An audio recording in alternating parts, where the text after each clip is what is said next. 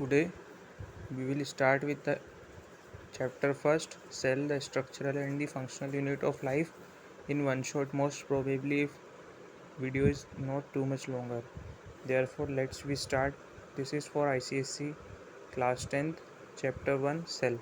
Cell. What does a cell mean? Cell is a structural and the functional unit of life for everyone, for human beings, for animals. Human beings are included in animals. Therefore, जो सभी living beings है वो सब cell से बने हुए हैं। You have already read about the cell in some detail in class ninth class में आपने सेल के बारे में कुछ पढ़ रखा है, जैसे मेरिस्टेमेटिक टिश्यू है, ये काई से बना हुआ है, सेल से बना हुआ है, ये ऐसा आपने नाइन्थ में पढ़ रखा है। अब इसको और डिटेल में जो अब 10th में देखते हैं। However it is necessary to refresh your knowledge for a proper understanding of several aspects.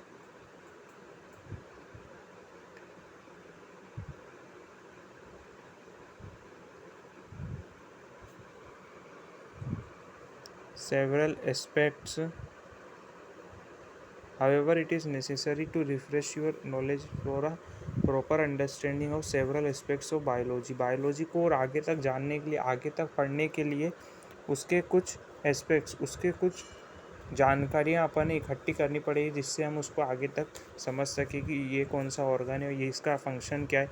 इसलिए क्लास 10th के सिलेबस में several aspects of biology which specially constitute the class 10 syllabus. Some of the main points about the cell are, जो cell के बारे में वो कुछ main points है इसमें। जो सेल है, जो ऑल लिविंग बींग्स है, जो सब जीव जंतु, जो जीवित जीव जंतु है, वो सभी सेल से बने हुए हैं। The cell is the structural and the functional unit of the body. Cell is मतलब सेल स्ट्रक्चरली भी सेल एग्जिस्ट करता है, फंक्शन भी सेल ही परफॉर्म करता है। आपका मसल का स्ट्रक्चर है वो सेल ने बनाया, और स्ट्रक्चर भी सेल बना रहा है और फंक्शन भी, जिससे जो आपका किडनी है वो आपका फिल्ट्रेशन में हेल्प कर रहा है, ब्लड को यूरिन बना रहा है वो आपका, तो ब्लड फिल्ट्रेशन में हेल्प कर रहा है वो, तो वो कैसे हो रहा है? सेल के द्वारा हो रहा है, तो फंक्शन भी वही परफॉर्म कर रहा है। फिर है all living beings develop from pre existing cell. जो पुराने सेल होते हैं वही आगे नए सेल बनाते हैं। सेल्स हाउ न्यूमरस, सेल कितना बड़ा है, कितना विस्तार है। Larger an organism greater the number of cell in, जितना बड़ा ऑर्गेनिज्म होगा उतने ज़्यादा सेल होंगे। अगर एलिफेंट में देखेंगे तो उसमें ट्रिलियंस से के भी ट्रिलियन सेल होंगे, और ह्यूमन बींग्स में 1 से 3 ट्रिलियन सेल्स होते हैं। फिर आपके पास सिंगल सेल, दो तरह के ऑर्गेनिज्म होते हैं, मल्टी सेलुलर और यूनिसेलुलर। जो सिंगल सेल रहते हैं वो यूनिसेलुलर रहते हैं। Many small organism are made up of just one single cell. जो सिंगल सेल रहते हैं वो यूनिसेलुलर रहते हैं। इसका एग्जांपल है बैक्टीरिया, यीस्ट, अमीबा। अमीबा आपका प्रोटोजोआ में आता है, क्लास 9th में पढ़ा होगा आपने। फिर आते हैं फ्यू सेल, जिसमें कुछ सेल होते हैं। इसको आप मल्टी सेलुलर कैटेगरी में रख सकते हैं, फ्यू सेल्ड ऑर्गेनिज्म, क्योंकि इनमें कुछ सेल्स होते हैं ना, तो ये मल्टी सेलुलर में आएंगे। तो some very small organism are made up of just few hundred और थाउजेंड्स ऑफ सेल्स, ये आपके मल्टी सेलुलर की कैटेगरी है। स्पायरोगायरा वोल्वॉक्स, ये एल्गी में आपने पढ़ा होगा लास्ट ईयर। मल्टी सेलुलर में क्या होता है? Most plant and animal we see around are made up of millions and billions of cells. ये ह्यूमंस हो गए, मैंगो हो गया, सेल्स कितना छोटा इस सेल है। सेल की जो साइज़ है वो 10⁻⁻10 मीटर है ना, सॉरी, जो 10⁻⁻10 मीटर है वो एटम की साइज़ है।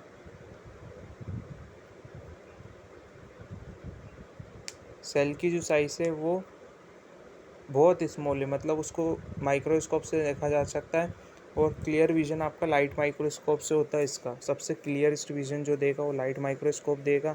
फिर कंपाउंड है, फिर टेलीस्कोप है। तो ऐसे माइक्रोस्कोप तो बहुत सारे तरह के होते हैं, पर जो क्लियर विजन है वो आपका लाइट माइक्रोस्कोप देगा, क्योंकि लाइट माइक्रोस्कोप में क्या है, 3 × 10⁸ मीटर पर सेकंड उसका स्कोप रेंज है, तो वो कितना अच्छा विजन देगा आपको।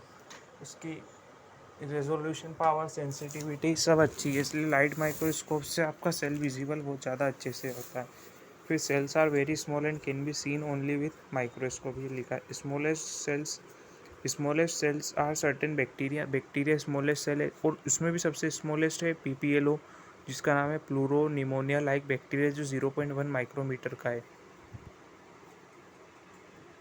इसके बाद आपके पास आता है RBC। 7 माइक्रोमीटर उसका डायमीटर है आरबीसी का। सेल्स इन ह्यूमन बॉडी, ये आरबीसी जो है ह्यूमन बॉडी में प्रेजेंट है, जो जिनके अंदर न्यूक्लियस नहीं होता। मैच्योर आरबीसी के अंदर न्यूक्लियस नहीं होता। Longest cells are nerve cells. Longest मतलब लंबा और लार्जेस्ट मतलब विस्तारक कितना। लॉन्गेस्ट तो मतलब लंबा होता है और लार्जेस्ट मतलब सरफेस एरिया में कितना विस्तारक है वो, उसकी वॉल्यूम कितनी ज़्यादा है। तो वॉल्यूम में ऑस्ट्रिच का सेल सबसे ज़्यादा है। Ostrich actually central yellow sphere, but cells are bird eggs, actually the central yellow sphere ostrich egg before development begins in it is the largest single cell of living world today। जो ostrich का सबसे largest cell है। the white albumin of the egg and egg shell are extra part added to on the actual egg as it passes down the reproductive tract। जैसे जैसे आपका egg जाता है ना, उस पर क्या एल्ब्यूमिन आ जाता है। तो ये कब आता है, जब वो रिप्रोडक्टिव ट्रैक्ट में मूव करता है, जैसे फेलोपियन ट्यूब हो गया, इन सब से जब वो यूट्रस से मूव करता है ना, तो उस पर ये एल्ब्यूमिन वगैरह जो प्रोटीन की कवरिंग है और शेल होता है, ये सब आ जाता है। An average size adult human constitute approximately 1000 million मतलब 1 billion cells in whole body. 25 million RBC होते हैं। वो एक डाटा दे रखा है ना, 5 मिलियन मिलीमीटर क्यूब आरबीसी होते हैं, पर मिलीमीटर क्यूब आरबीसी होते हैं, मतलब 1 मिलीमीटर क्यूब में 5 मिलियन आरबीसी होते हैं। 1000 मिलियन डब्ल्यूबीसी होते हैं और 7000 और 30,000 मिलियन जो आपके डब्ल्यूबीसी होते हैं। ये जो बुक है ये प्रेफरेंस के लिए सेलिना की बुक है, सेलिना पब्लिशर्स की। सेल शेप क्या होता है, सेल आपने देखा होगा, कोई कोई से लॉन्ग सेल होते हैं तो वो लंबे होते हैं, कोई कोई से सर्कुलर होते हैं, कोई कोई से इरेगुलर शेप होते हैं, कोई कोई से रोड शेप्ड होते हैं। तो उसी तरह से different shapes of cells are often related to different function they perform। human RBC cells are circular। RBC जो बाइकोन्केव सर्कुलर सेल्स है for easy passage through blood capillary and to transport oxygen. Oxygen की transport के लिए circle है, circle का surface area सबसे ज़्यादा होता है, इसलिए सर्कुलर सेल है। WBC are amoeboid. WBC जो अमीबॉइड होते हैं, अमीबॉइड जो लास्ट ईयर प्रोटोजोआ में आपने पढ़ा होगा प्रोटिस्टा किंगडम के अंदर, वो amoeboid. Like movement with pseudopodia, ये सूडोपोडिया उनका वो फॉल्स स्पीड होती है जिससे वो कैप्चर करते हैं अपने प्रे को, मूव करते हैं। They can squeeze out through capillary wall, इसको बोलते हैं डाइपेडेसिस, जो ब्लड वाले चैप्टर में होगा आपके। Diapedesis is the movement of WBC from the, या फिर squeezing out of WBC from the blood vessel is known as diapedesis. Nerve cells are long to conduct impulse. Nerve cell जो लंबी रहती है कंडक्शन करती है इम्पल्स। इम्पल्स मतलब वो मैसेज जो ट्रैवल करता है आपकी इम्पल्स के through from distant part of the body to the brain and vice versa. मतलब आपके ऑर्गन जिससे आपने सेंसेशन रिसीव करी है उससे लेके ब्रेन तक, और ब्रेन से लेके वापस उस सेंसेशन तक, सेंसरी ऑर्गन तक आपका जो ट्रैवल करता है वो नर्व रहती है। फिर guard cells of stomatal pores in the leaves bean shaped, ये बीन शेप्ड होते हैं आपके डाइकोट में, और मोनोकोट में डम्बल शेप्ड होते हैं। फिर है आपके पास ये प्लांट सेल और एनिमल सेल का डिफ्रेंशिएशन, ये आप देख लेना।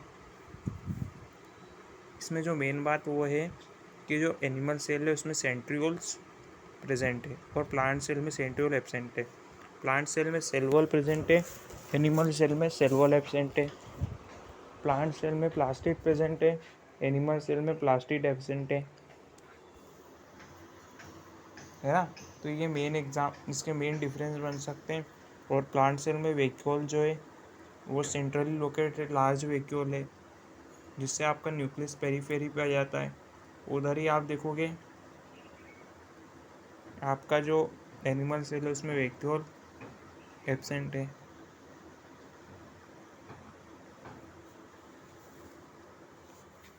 फिर आगे आता है ग्रोथ स्ट्रक्चर ऑफ सेल, बेटा white.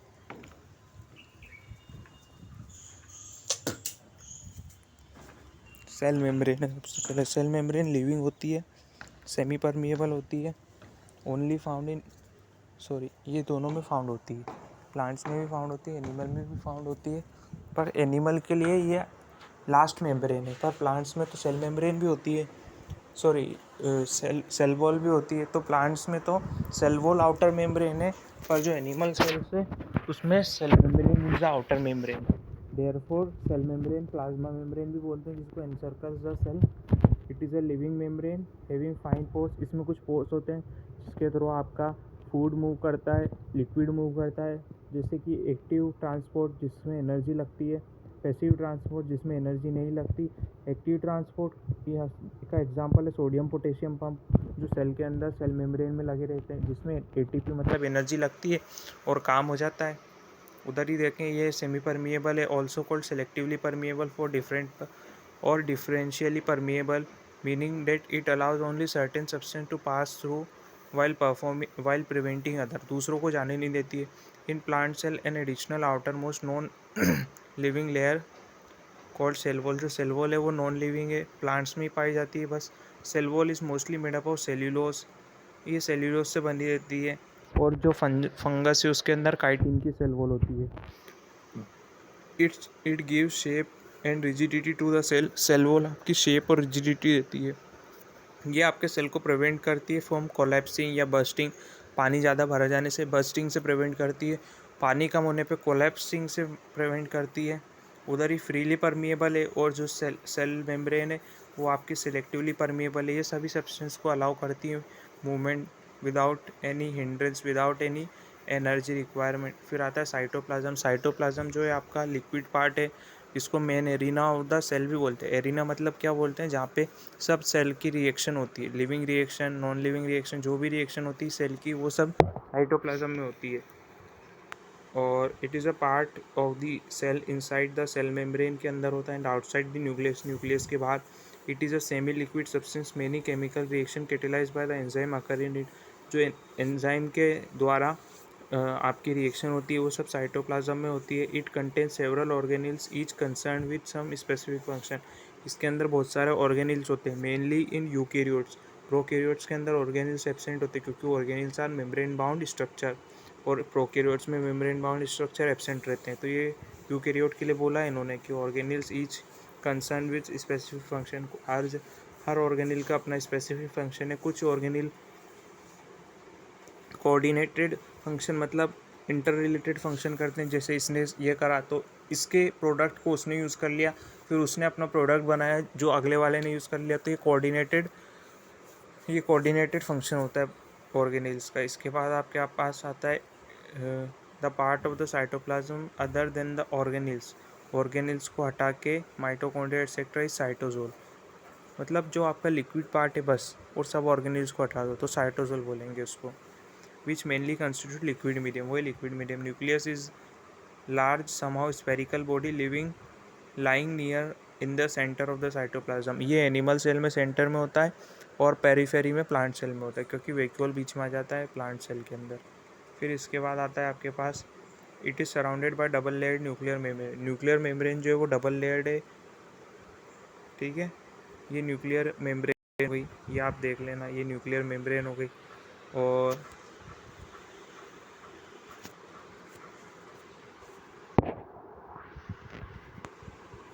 Wait,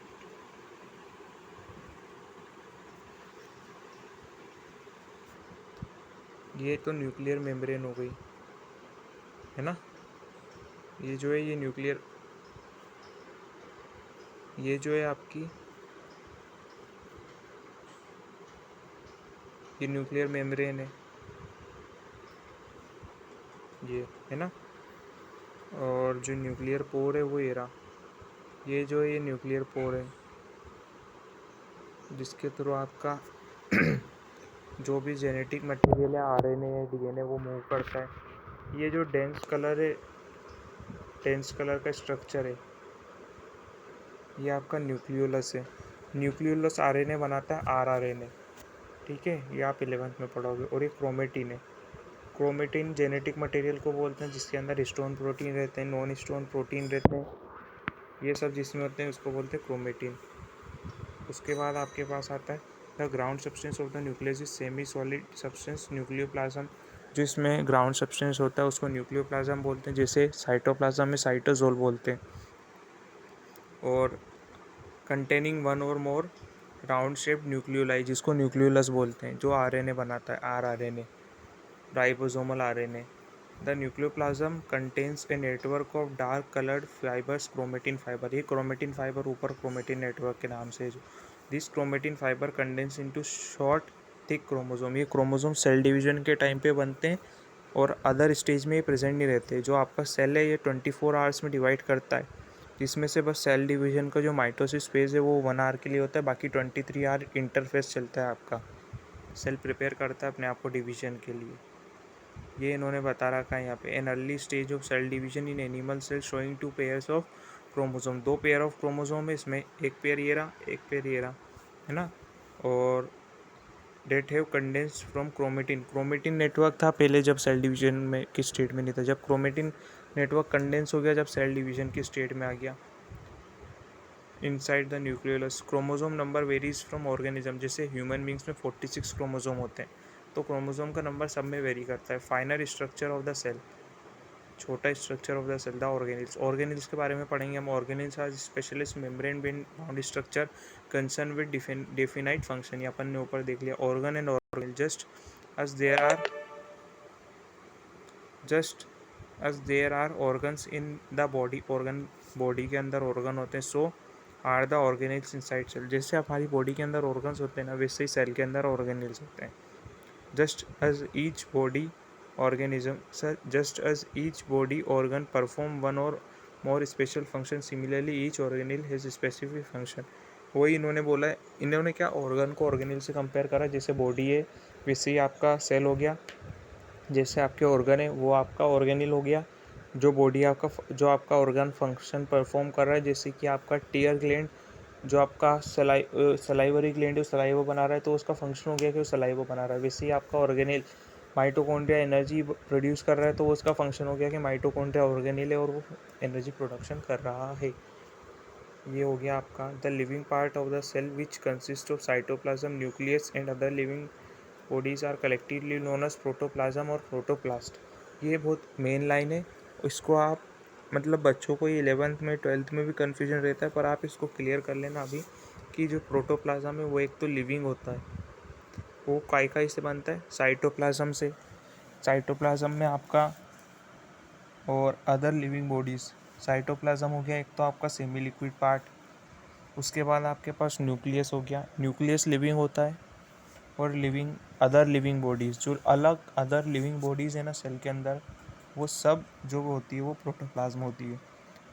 the latter term protoplast is more appropriate use for plant cell after removal of the cell wall. जो प्रोटोप्लाज्म है ना वो आप सेल वॉल के साथ यूज़ कर सकते हो, पर जो प्रोटोप्लास्ट है ना उसका मतलब क्या है कि सेल वॉल रिमूव कर दी, तो अब क्या बचा? सेल मेम्ब्रेन जो लिविंग है, उसके बाद आपका प्रोटोप्लाज्म। तो आप क्या बोलोगे? एक बार वो रिवाइज करो। क्या बोलोगे? कि cell membrane plus protoplasm, cell membrane plus protoplasm is equals to protoplast. अच्छा, आप कंफ्यूज हो रहा है? ठीक है, फिर इसके लिए क्या करना है? प्रोटोप्लास्ट मतलब आ गया समझ में कि लिविंग पार्ट हो गया, एक तो साइटोप्लाज्म हो गया और न्यूक्लियस हो गया। ये 3 चीज़ें आ गई। अगर हम सेल वॉल प्लस प्रोटोप्लाज्म बोलेंगे, सेल वॉल प्लस प्रोटोप्लाज्म या प्रोटोप्लास्ट, तो वो क्या बनाएगा? हमारा सेल बनाएगा। क्या बनाएगा? सेल बनाएगा। क्यों बनाएगा सेल? क्योंकि सेल वॉल तो आपकी लिविंग नहीं होती है, तो सेल वॉल लिविंग नहीं है तो इसमें इंक्लूड भी नहीं है। तो प्रोटोप्लाज्म में वो इंक्लूडेड चीज़ होती है जो लिविंग होती है। तो प्रोटोप्लाज्म में सेल वॉल ऐड कर देंगे तो सेल बना देगी हमारा, तो सेल पूरा हो जाएगा। तो ये सेल की डेफिनेशन हो, ये आपकी प्रोटोप्लाज्म की डेफिनेशन हो गई। Living bodies are called organelles. Organelles जो है वो आपके लिविंग होते हैं, ये याद रखना। Except cell wall in plants and centrosome with centrioles in animals. Except centrosome, centrosome आपका एनिमल में होता है और सेल वॉल प्लांट में होती है, तो ये दोनों लिविंग नहीं होते। इन दोनों को छोड़ के सब ऑर्गेनिल्स आपके लिविंग है। माइटोकॉन्ड्रिया लिविंग है, क्लोरोप्लास्ट लिविंग है, सब ऑर्गेनिल्स लिविंग है, बाकी ये दोनों ऑर्गेनिल्स नॉन लिविंग है। The various organelles are nucleus, nucleolus, mitochondria, endoplasmic, ribosome, ये सब ऑर्गेनिल्स के नाम लिखे हैं। अभी ऑर्गेनिल्स से और उनके फंक्शन है, कैरेक्टरिस्टिक्स से उनके, तो एक एक करके देखते हैं। सेल मेम्ब्रेन क्या होती है? सेल प्लाज्मा मेम्ब्रेन बोलते हैं, सिलेक्टिवली परमिएबल मेम्ब्रेन बोलते हैं, outermost membrane in cell होती है ये। इसके बाद आपके पास lies next to cell wall in plant, plant के अंदर सेकंड नंबर की मेम्ब्रेन होती है, very thin flexible and living membrane, thin होती है, फ्लेक्सिबल होती है और लिविंग होती है। पोजेस फाइन पोर्स, जो पतले पतले पोर्स होते हैं इसमें, जिसके थ्रू आपका फूड ट्रांसपोर्ट होता है, ब्लड ट्रांसपोर्ट होता है, लिक्विड ट्रांसपोर्ट, जो भी पार्ट है आपका लिक्विड पार्ट है वो सब ट्रांसफर होता है। Made up of lipoprotein, lipoprotein एक लिपिड होता है। लिपिड क्या फेट टाइप फेट होता है ना, वैसे ही एक लिपिड होता है। लिपिड एक मोनोमर है, मोनोमर मतलब सिंगल यूनिट, पॉलीमर मतलब मल्टीपल यूनिट। तो मोनोमर यूनिट से आपका लिपिड बना हुआ है और ये लिपिड आपका जो है मोनोमर है। तो ये आपका जो सेल मेम्ब्रेन है वो लिपिड से बनी हुई है, इसलिए लाइपोप्रोटीन लिखा हुआ है। Lipid plus proteins separate contents of cell from its surrounding. जो इसका फंक्शन क्या है कि ये सेल के अंदर की चीज़ों को और सेल के बाहर की चीज़ों दोनों में बाउंड्री बन के रहता है, जिससे उनमें डिफ्रेंशिएशन रह सके। Regulate the entry of certain solutes and ions, solute और आयन को ऐसे, क्योंकि ये सॉल्वेंट के लिए तो मोस्टली बोला है, हमेशा नहीं, फ्रीली परमिएबल होता है, पर आयंस के लिए और सोल्यूट के लिए ये सेलेक्टिवली परमिएबल होती है cell membrane. Maintain shape of the cell, animal cell में शेप कौन बनाएगा? Cell membrane. प्लांट सेल में शेप कौन बनाएगा? Cell wall. फिर है cell wall, cell wall plants के अंदर होती है, नॉन लिविंग होती है, rigid layer surrounding the plasma membrane in animals और प्लांट्स दोनों में। प्लाज्मा मेम्ब्रेन को किस में करेगी वो? सराउंड प्लांट सेल में, और एनिमल सेल में तो होती ही नहीं है। Mainly composed of cellulose, cellulose से बनी रहती है, और फंजाई की काई से बनती है? काइटिन से। बैक्टीरिया की सेल वॉल पॉलीसेकेराइड से, पेप्टाइडोग्लाइकन से। फ्रीली परमिएबल होती है ये, gives rigidity and shape to the plant cell, allow substance in solution enter and leave the cell without hindrance, मतलब ये फ्रीली परमिएबल है। प्रोवाइड प्रोटेक्शन देती है, कोलाप्सिंग से प्रिवेंट करती है, बर्स्टिंग से प्रिवेंट करती है। साइटोप्लाज्म लिविंग पार्ट है आपका, मोस्टली एक्सेप्ट सेंट्रोसोम जो ऑर्गेनेल है वो लिविंग नहीं है, और सेल वॉल भी लिविंग नहीं है। All the parts together inside the plasma membrane excluding nucleus, nucleus को छोड़ के जो भी पार्ट है प्लाज्मा मेम्ब्रेन के अंदर वो सब साइटोप्लाज्म में आता है, सब ऑर्गेनेल्स भी साइटोप्लाज्म में आ गए। Contains a mixture of water soluble inorganic and organic compound and various organelles. Different organelles contained in it perform different function, हर जने का अलग फंक्शन है, मतलब हर ऑर्गेनेल का। All metabolic activities occur in it, जिसको बोला था हमने arena of the cell, arena मतलब जहाँ पे सब फंक्शन परफॉर्म होते हैं। Medium of earlier steps of respiration, production of pyruvic acid, pyruvic acid जो है आपका रेस्पिरेशन चैप्टर में आएगा। आपका फूड जो है ग्लूकोज, वो ग्लूकोज डिकम्पोज होकर दो मॉलिक्यूल ऑफ पायरुविक एसिड बनाता है, जो रेस्पिरेशन चैप्टर में दे रखा है। उन दो मॉलिक्यूल ऑफ पायरुविक एसिड जो है वो आपके साइटोप्लाज्म में ही बनते हैं, इसलिए उसका नाम है एनारोबिक रेस्पिरेशन, क्योंकि उसमें ऑक्सीजन की रिक्वायरमेंट नहीं होती। फिर एंडोप्लाज्मिक रेटिकुलम, एंडोप्लाज्मिक रेटिकुलम दो टाइप्स का होता है, irregular network of tubular double membrane, tubular double membrane का इरेगुलर नेटवर्क है। इट इज़ कंटिन्यूस, जो प्लाज्मा मेम्ब्रेन होती है ना आपकी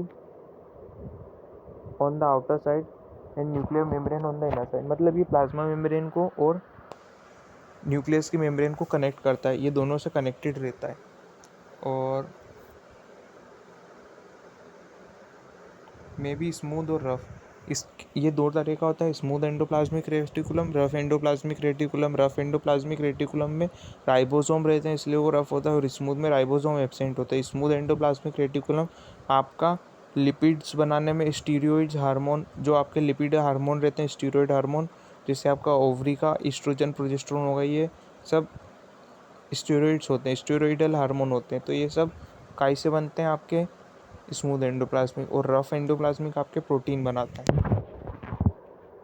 supportive framework of the cell synthesise and transport of protein and fat. इसके बाद क्या होता है? Mitochondria, mitochondria power house of the cell बोलते हैं इसको। Various shapes but usually sausage shaped होता है मेनली ये, है ना। सॉसेज आपने देखा है ना, कप प्लेट वाला सॉसेज, वो सॉसेज शेप जो होता है मेनली। डबल वोल्ड इनर वोल्ड थ्रोन इनटू फोल्ड, जो इसकी इनर वॉल रहती है ना, ये डबल वोल्ड है, तो इनर वॉल इसकी क्रिस्टे बनाती है। क्या बनाती है? क्रिस्टे। और ये क्रिस्टे के अंदर क्या होता है, इन क्रिस्टेन अपन ने रेस्पिरेशन के टाइम पे हेल्प करते हैं, जिसके थ्रू हाइड्रोजन मूव करता है। हाइड्रोजन आयन जो है वो मूव करता है, जिससे अपने अंदर एनर्जी प्रोडक्शन होता है। हाइड्रोजन आयन मूव करता है जिससे एनर्जी प्रोडक्शन होता है।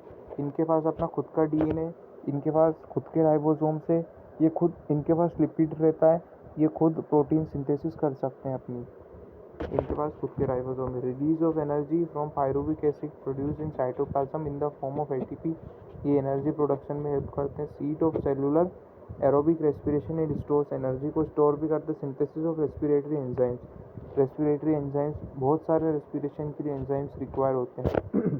Series of 10 respiration enzyme required in glycolysis, जो आपकी माइटोकॉन्ड्रिया में होती है। ग्लाइकोलाइसिस आपकी होती है साइटोप्लाज्म में, और आपकी इलेक्ट्रॉन ट्रांसपोर्ट चेन और लिंक्ड रिएक्शन जो होती है वो होती है माइटोकॉन्ड्रिया में। साइटोप्लाज्म में जो होती है आपकी ग्लाइकोलाइसिस, वो एनारोबिक होती है।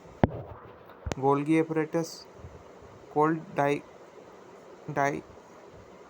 डिक्टियोसोम्स, ये जो डिक्टियोसोम्स बोलते हैं इनको प्लांट सेल के अंदर, ये थोड़ा वर्ड है याद रखना, अधिकतर पूछ लेते हो।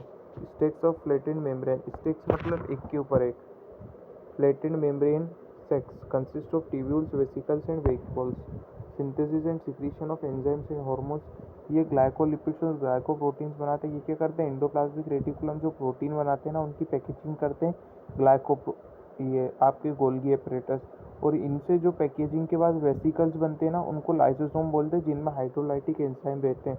वो एंजाइम जो पानी के प्रेजेंस में अलग अलग, जैसे कार्बोहाइड्रेट है तो कार्बोहाइड्रेसेस, लिपिड है तो लाइपेजेस, तो इनको ब्रेक डाउन करने में जो हेल्प करते हैं वाटर के प्रेजेंस में उनको बोलते हैं हाइड्रोलाइटिक एंजाइम।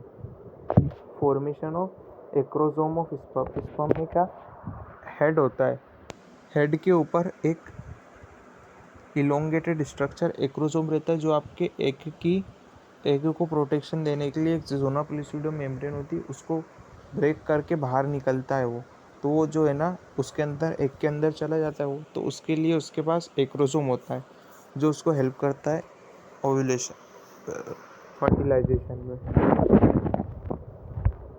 फिर आता है ribosome, small granules either scattered in cytoplasm, ये नॉन मेम्ब्रेन बाउंड होते हैं, अटैच्ड और to the outer side of the endoplasm, ER के बाहर भी हो सकते हैं या फिर आपके साइटोप्लाज्म में स्कैटर्ड हो सकते हैं। सिंगल वॉल्ड रहते हैं, मोस्टली ये नॉन मेम्ब्रेन बाउंड होते हैं। ये आपके जो रहते हैं इनमें ये जो है राइबोसोम, ये प्रोकैरियोट और यूकैरियोट दोनों में होते हैं, और इसमें लिखा है कि single wall dense spherical bodies composed of mainly RNA.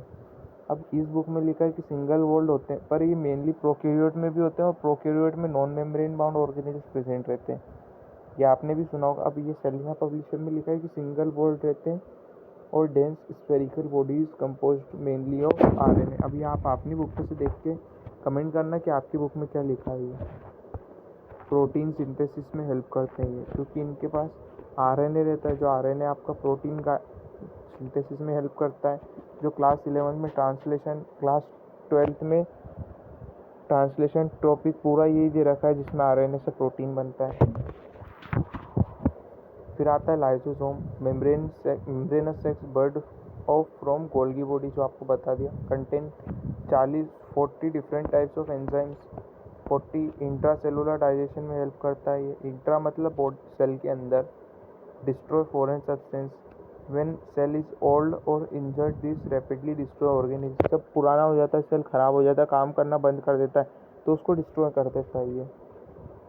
Hence suicide wax बोलते हैं इनको। Digest cartilage during formation of baby, जब आपका एम्ब्रियो के अंदर कार्टिलेज से बोन बनती है, तो वो जो कार्टिलेज है उसको वो ईट कर लेता है, डिस्ट्रॉय कर देता है, डाइजेस्ट कर लेता है। फिर सेंट्रोसोम, ओनली एनिमल सेल में, non membrane bound. contain one or two centrioles. Centrioles are surrounded by microtubules. Microtubule cytoskeletal elements होते हैं जो आपके साइटोप्लाज्म के अंदर प्रेजेंट रहते हैं. A region surrounding the centrioles located near nucleus. Nucleus के पास होते हैं. Initiates and regulate cell division. Spindle fiber formation में हेल्प करते हैं with the help of aster. दो aster plus spindle fiber is known as spindle apparatus. फिर है प्लांट सेल के अंदर प्लास्टिड्स. प्लास्टिड्स 3 तरह के होते हैं, क्लोरोप्लास्ट, क्रोमोप्लास्ट और ल्यूकोप्लास्ट. क्लोरोप्लास्ट में क्लोरोफिल होती है, green coloured pigment. Chromoplast colouring में हेल्प करते हैं, एंथ्रोसायनिन और आपका अलग अलग जो कलर देते हैं वो सब हो गए. फिर ल्यूकोसाइट्स आपका फूड स्टोर में हेल्प करता है, ये वाइट कलर रहते हैं, मेनली कलरलेस बोल सकते हैं.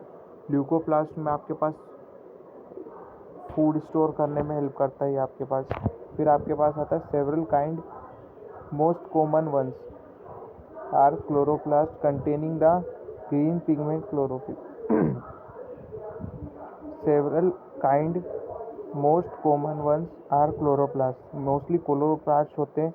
क्लोरोप्लास्ट डबल वोल्ड होते हैं, इनके पास खुद का आरएनए होता है जिससे ये प्रोटीन बनाते हैं. ग्रीन कलर पिगमेंट होते हैं. क्लोरोफिल फूड प्रोडक्शन में हेल्प करते हैं. डबल मेम्ब्रेन प्रोटीनीशियस मैट्रिक्स और contain DNA. Disc like structure called thylakoids. Thylakoids के अंदर क्लोरोफिल होती है जिसके अंदर ल्यूमन होता है और बाहर स्ट्रोमा होता है. स्ट्रोमा आपका ग्राउंड मैट्रिक्स होता है जिसके अंदर डार्क रिएक्शन होती है और थाइलाकोइड के अंदर लाइट रिएक्शन होती है. क्लोरोफिल होता है. क्लोरोप्लास्ट होता है green trap solar energy for photosynthesis contain pigment chlorophyll. Leucoplast store starch करता है. क्रोमोप्लास्ट कलर में हेल्प करता है फ्रूट को, फ्लावर्स को. जैसे सेंथोफिल हो गया yellow colour pigment. Carotene orange red pigment. Anthocyanin dissolve in cytoplasm blue violet colour. फिर है न्यूक्लियस लार्जेस्ट सेल ऑर्गेनिज. सबसे ज़्यादा लार्जेस्ट डायरेक्टर ऑफ सेल बोलते हैं इसको. Mostly spherical and dense. Spherical होता है, डेंस होता है. Nuclear membrane with pores to allow substance to enter. इसमें पोर्स होते हैं जो अपन ने डायग्राम में देखे थे. Contain network of thread like structure called chromatin fibre which contain DNA. DNA रहता है जिसके अंदर रेगुलेट सेल फंक्शन को रेगुलेट करता है. डायरेक्टर ऑफ सेल बोलते हैं. इफ रिमूव सेल इसके बिना रह नहीं सकता. Contain chromosome bearers of genes. ये जीन्स होती है इसके अंदर. कंटेन क्रोमोसोम के अंदर जीन्स होती है. Contain hereditary character. हेरिडिटरी मतलब एक जनरेशन से दूसरी जनरेशन में पास जो कैरेक्टर होते हैं उसको हेरिडिटरी. ठीक है. वन और membrane bound nucleoli inside the cell. Nucleolus का बात हो रहा है, ये जो डेंस मेम्ब्रेन स्ट्रक्चर आपका आरएनए में बनाता है. प्रोड्यूस आरएनए या फिर ribosome participating in protein synthesis by forming and storing RNA. ये आरएनए बनाता है. Dictates ribosome to synthesise protein. Protein को बनाने के लिए आरएनए को डिक्टेट मतलब उसको बोलता है कि आप ऐसे करके राइबोसोम से प्रोटीन बनाओ. राइबोसोम को बोलता है कि ऐसे करके प्रोटीन बनाओ. आपके पास आरएनए आके खड़ा हो जाएगा, फिर राइबोसोम जाएगा, वहाँ पे राइबोसोम डिक्टेट करेगा कौन, न्यूक्लियोलस, कि आप ऐसे करके प्रोटीन बनाओ. फिर है chromatin fibre thread like structure network in resting stage of nucleus. जब स्टेज वो वाली जब सेल डिवाइड नहीं कर रहा उस स्टेज में क्रोमेटिन फाइबर्स रहते. Condenses into chromosome during cell division made up of DNA threads. Chromosome carry hereditary information और द जीन्स. इसके अंदर जीन्स होती है. वेक्यूल्स आपका next to pass state. Vacuole and granules are non living. Vacuoles भी आपका non living है, ये याद रखना. क्या कि वेक्यूल्स और ग्रेन्यूल्स दोनों नॉन लिविंग है. Vacuoles clear spaces with water और other substance in solution. Plant cell have their vacuoles while animal cell have fewer और स्मॉलर वंस. एनिमल सेल में वैक्यूल हो भी सकता है और होगा तो बहुत छोटा होगा या फिर बहुत ही छोटा, मतलब कम होगे और बहुत छोटा होगा. किसमें? एनिमल सेल के अंदर. प्लांट सेल में तो लार्ज होता है जिससे आपका न्यूक्लियस पेरिफेरी पे चला जाता है सेल मेम्ब्रेन के पास में. Storage of water and other substance food pigments and waste products gives turgidity to the plant cells by pressing against cell wall. Cell wall को प्रेस करता है ये ताकि वो कोलैप्स नहीं हो. फिर है ग्रेन्यूल्स स्मॉल पार्टिकल क्रिस्टल्स और ड्रॉपलेट्स. स्टार्च इन प्लांट्स के ग्रेन्यूल्स होते हैं, जिससे कि फोस्फोग्रेन्यूल्स हो गए, साइनोफाइसिन ग्रेन्यूल्स हो गए, फोस्फेट ग्रेन्यूल्स जो फोस्फेट को स्टोर करते हैं, ग्लाइकोजन ग्रेन्यूल्स जो ग्लाइकोजन को स्टोर करते हैं, वो ग्रेन्यूल्स बोलते हैं उन्हें। ग्लाइकोजन इन एनिमल्स और प्लांट्स में आपका स्टार्च हो गया। Feed containing granules serves food for the cell. अभी main difference between plant cell और एनिमल सेल है। सेल वॉल प्लांट सेल में होती है, सेल्यूलोज से बनी हुई, इसमें सेल वॉल नहीं होती है। सेंट्रोसोम होता है इसमें काई में, एनिमल में, प्लांट्स में एब्सेंट होता है। वैक्यूल्स इसमें प्रोमिनेंट होता है, एक या एक से ज़्यादा। इफ़ वैक्यूल्स अगर इसमें है तो स्मॉल है या फिर बहुत स्मॉल है और कुछ समय के लिए concern with excretion and secretion. फिर है प्लास्टिड, इसमें प्लास्टिड होते हैं, इसमें प्लास्टिड नहीं होते। साइज़ है, ये लार्ज साइज़ का है plant cell, animal cell small size का है। Cytoplasm not so dense, dense क्यों नहीं है? क्योंकि इसमें ऑर्गेनिल्स ज़्यादा है। अगर ऑर्गेनिल्स ज़्यादा है तो साइटोप्लाज्म कम है, इसमें ऑर्गेनिल्स कम है तो इसमें साइटोप्लाज्म ज़्यादा है। किसमें? एनिमल सेल में। Arrangement of cytoplasm only thin lining of cytoplasm mostly pushed to the periphery, क्योंकि न्यूक्लियस आ गया ना बीच में वैक्यूल आ गया, सॉरी और इसमें साइटोप्लाज्म एंटायर सेल को फुल करके रखता है। ये आपका एग्जामिनेशन है, एक्सपेरिमेंट है ये अनियन का। तो ये अनियन का एक्सपेरिमेंट आपका लैब में परफॉर्म होगा। इसमें मेन क्या बताया गया कि माइक्रोस्कोप पे जब अपन अनियन को स्लाइड बना के रखते हैं तो उसमें अपन आउटर मेम्ब्रेन दिखती है, सेल वॉल, इनर दिखती है, सेल मेम्ब्रेन, फिर आपके ऑर्गेनिल्स प्रेजेंट रहते हैं। तो इसमें मेनली यही बताया। और न्यूक्लियस दिखाएंगे। You may as well stain the material with iodine eosin solution. ये जो है ना, ये डाई है eosin, which will make the nucleus more distinct. इससे अपन न्यूक्लियस को देख सकते हैं, मतलब इस पर अपन प्लांट सेल की स्टडी कर सकते हैं। तो अपन ये क्या दिख रहा है? न्यूक्लियस दिख रहा है और सेल दिख रही है, जिसमें सेल वॉल दिख रही है बाहर की तरफ। तो इसका ऑब्जर्वेशन क्या है? ऑब्जर्वेशन ये है इसका कि फर्मली बाउंड टुगेदर। ये क्या, सेल वॉल जो है ये एक दूसरे से फर्मली बाउंड है, मतलब जो सेल है वो एक दूसरे से अटैच है, बिल्कुल 1-to-1 कनेक्शन है। The nucleus is place towards one side, एक तरफ है, पेरीफेरी में बोल सकते हो, which is usually the case in almost all the plant cell, क्योंकि वैक्यूल बीच में आ जाता है ना। Nucleus key to the life of a cell, director of the cell बोलते हैं। Although every part of the cell contribute to the life of the cell as whole, yet key performer और the master of the cell is nucleus. This can be understood by the experiment performing in amoeba. Amoeba आपका single cell eukaryote होता है। Amoeba जो आपका protozoa में आता है, जो पैरासाइट रहते हैं, वो उसमें आता है अमीबा। एक अमीबा था, 2 डिवाइड हो गए, सेल डिवीजन बोलते हैं इसको। Amoeba is a single cell, it grows divides into 2 amoeba which regrow divide the race. ये 2 डॉटर बनाएगा, 2 डॉटर 4 डॉटर बनाएगी। If nucleus is removed the amoeba dies, amoeba die कर देगा अगर न्यूक्लियस रिमूव कर देंगे तो। If the nucleus from the another amoeba is transplanted in an enucleated amoeba, the recipient survives and divides while donor enucleated dies. मतलब जिसमें से निकाल दिया न्यूक्लियस वो तो ड्राई हो जाएगा, और जिसके अंदर न्यूक्लियस डाल दिया वो सर्वाइव कर देगा। Every activity of body of an organism is carried out by cells. Human body बोल दो, एनिमल बॉडी बोल दो, प्लांट बॉडी, जो लिविंग थिंग है उसके अंदर हर काम सेल कर रहा है आपका। But each kind of cell is specialise for particular function.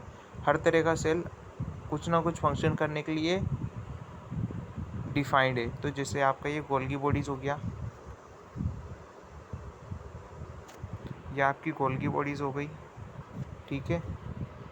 इनमें से 1-2 बता देता हूँ, बाकी आप देख लेना। ये आपके क्रोमोसोम हो गए, ये आपका माइटोकॉन्ड्रिया हो गया, बाकी ये 2 होमवर्क है आपके। ये न्यूक्लियस टाइप का हो गया, ठीक है। और अब ये जो है ये आप देखना ग्रेन्यूल से कि क्या है ये, इसको आप कमेंट करना, ठीक है। इसके बाद तो ये यहाँ पे आके ये आपका चैप्टर कंप्लीट हो गया। इसमें आपका 1 शॉट में पूरा रिवीजन दे दिया, जिसको आप पूरी तरह से रिवीजन कर सकते हो, ठीक है। रिवीजन के लिए आपके, तो आप इसको पूरा रिवाइज कर लो इससे। Thank you for watching this video. अगली वीडियो आपको किस पे चाहिए वो आप कमेंट कर सकते हो। Thank you.